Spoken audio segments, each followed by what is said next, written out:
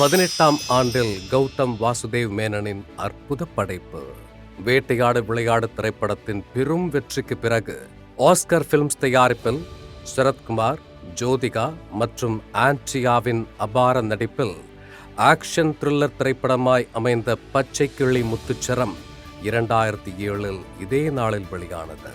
Harris ஜெயராஜின் மனம் மயக்கும் இசை நம் இதயத்தை காதலால் நிறைத்தது.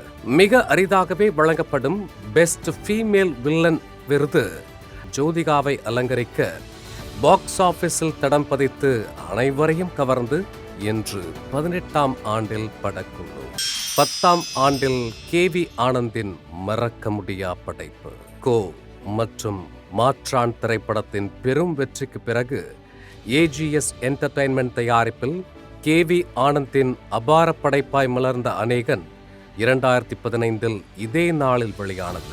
பீரியட் ரொமான்டிக் ஆக்ஷன் திரைப்படமாய் இருவேறு காலகட்ட நடிப்பால் நம்மை மிரள வைத்தது அநேகன். அனைவரையும் கவர்ந்த நடிப்பில் மற்றும் ஹாரிஸ் ஜெயராஜின் பங்களிப்பை நம்மால் மறக்க முடியுமா? தமிழ் திரை ரசிகர்களை பெரிதும் கவர்ந்து பெரும் வெற்றியோடு பாக்ஸ் ஆபீஸில் தடம் பதித்து இன்று 10ஆம் ஆண்டில் அநேகன், 16ஆம் ஆண்டில் கலகல படைப்பு விகடன் தயாரிப்பில் ராஜேஷின் அறிமுக படைப்பாய் ஜீவா, சந்தானம், அனுயா மற்றும் அற்புத நடிகர்களின் பங்களிப்போடு ரொமான்டிக் காமெடி திரைப்படமாய் 2009 இதே நாளில் வெளியானது சிவா மனசுல சக்தி. மறக்க முடியா வசனங்களாலும் அநேக நகைச்சுவை காட்சிகளாலும் இளைஞர்களின் மனதில் சிம்மாசனமிட்டு அமர்ந்தது.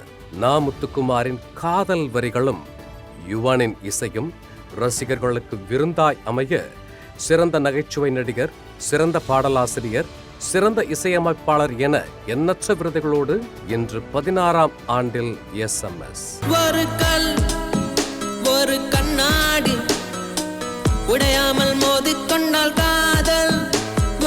இந்நாளை பகிர்ந்து படக்குழுவை வாழ்த்தி மகிழ்கிறது ஜெயா மேக்ஸ் தொலைக்காட்சி.